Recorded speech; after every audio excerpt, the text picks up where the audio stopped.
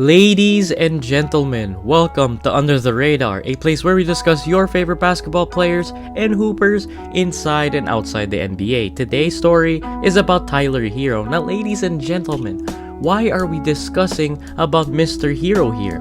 Well, ladies and gentlemen, Tyler Herro is currently having the best season in his young career in the NBA so far. Now, the question that we must answer today, ladies and gentlemen, is how did Tyler Herro become one of the NBA's best young stars? Let's roll the clock a bit. Tyler Christopher Herro was born on January 20 in 2000 in Milwaukee, Wisconsin. Tyler was born and raised in Greenfield, Wisconsin, and he actually graduated from Whitnall High School in Greenfield, Wisconsin. His parents are Jen and Chris Herro, and he has two younger brothers with Austin and Miles Herro.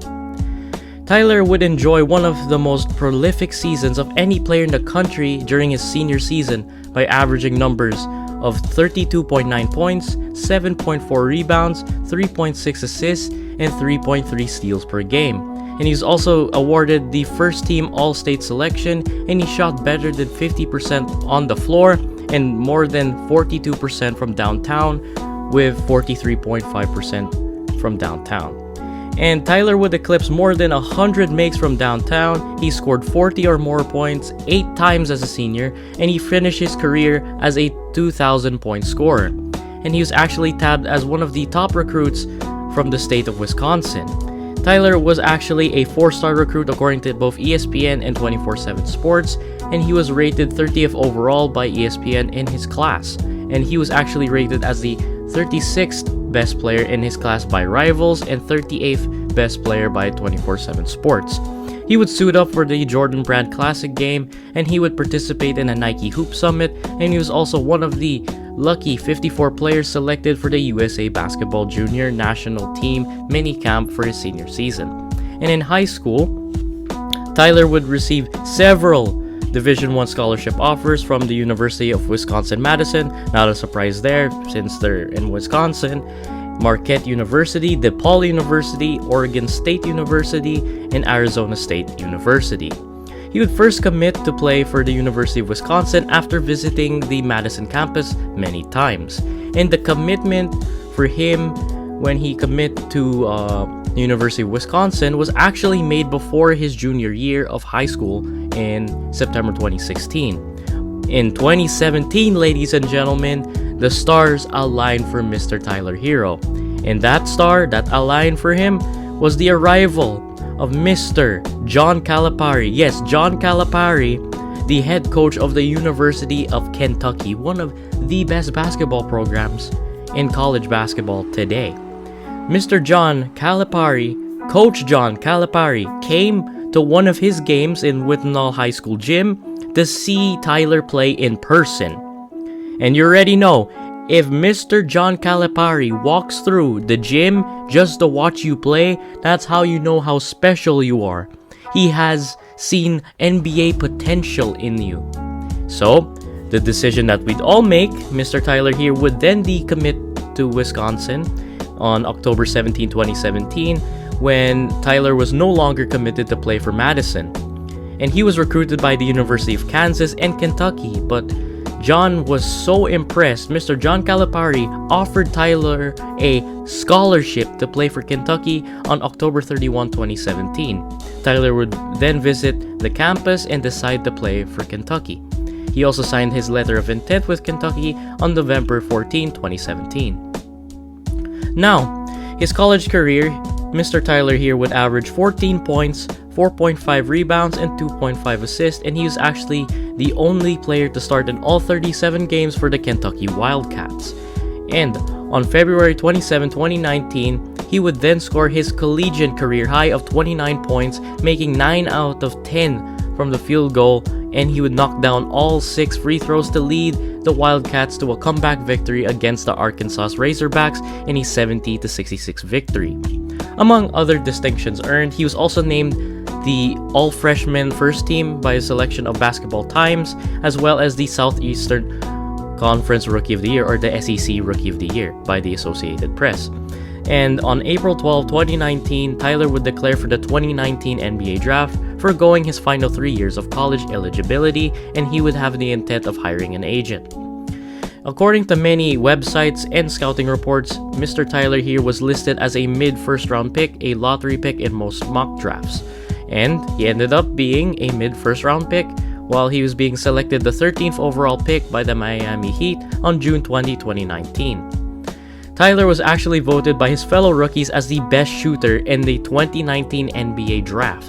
And you already remember, ladies and gentlemen, how stacked the 2019 NBA draft was. Zion, Ja, no other details, needed.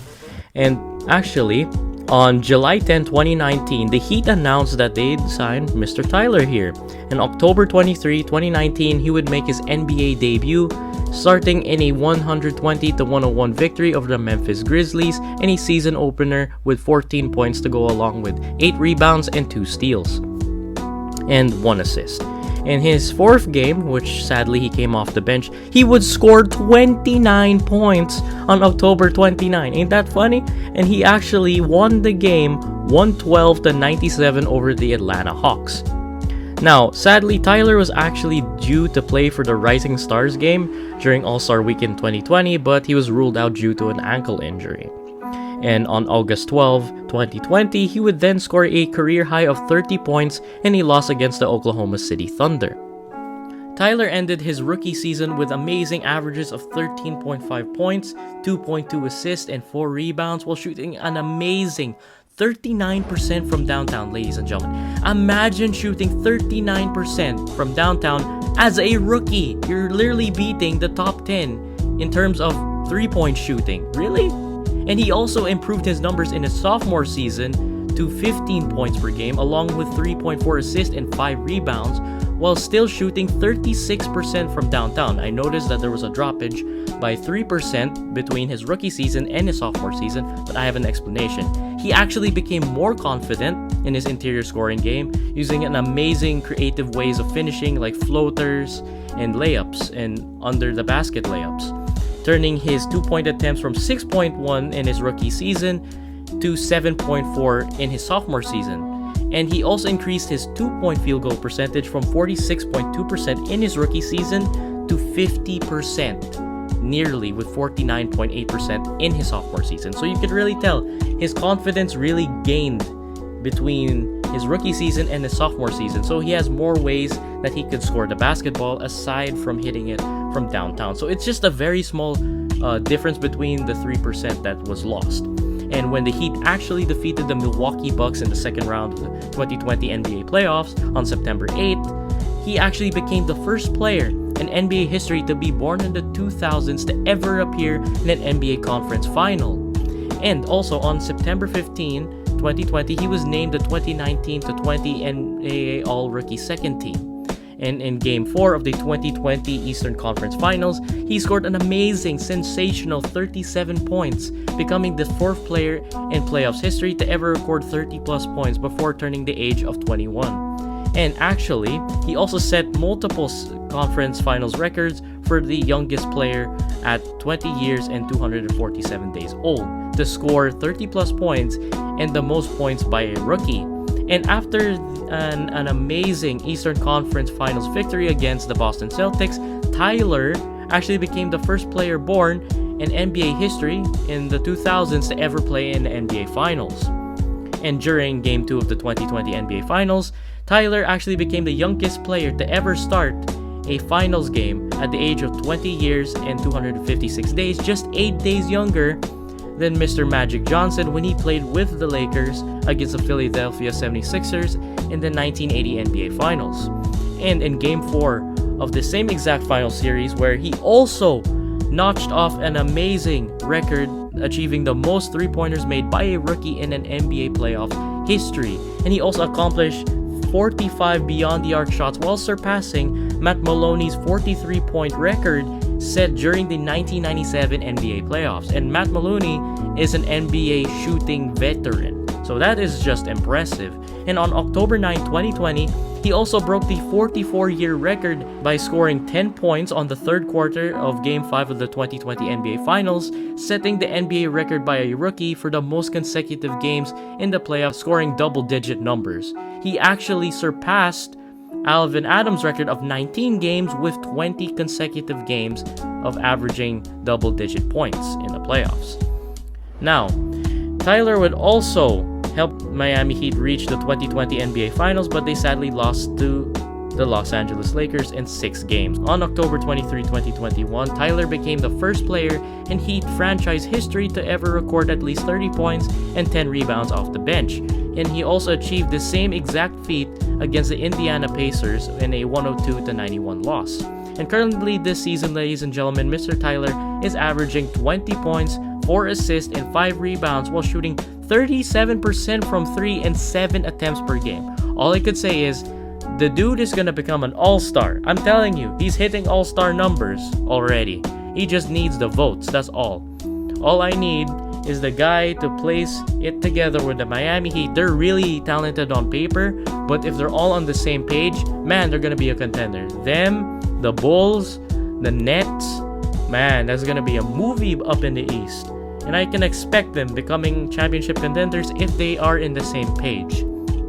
So, honestly, Tyler's just gonna keep getting better and better and better. Possibly an all-time great if he stays at this improving graph. So if you ladies and gentlemen love today's video, hit that like button, make it turn blue, and hit that red subscribe button to join this amazing family. I mean, new basketball videos every single week. I feel like that's a pretty good deal, ladies and gentlemen. Goodbye, take care, see y'all next week. Bye-bye.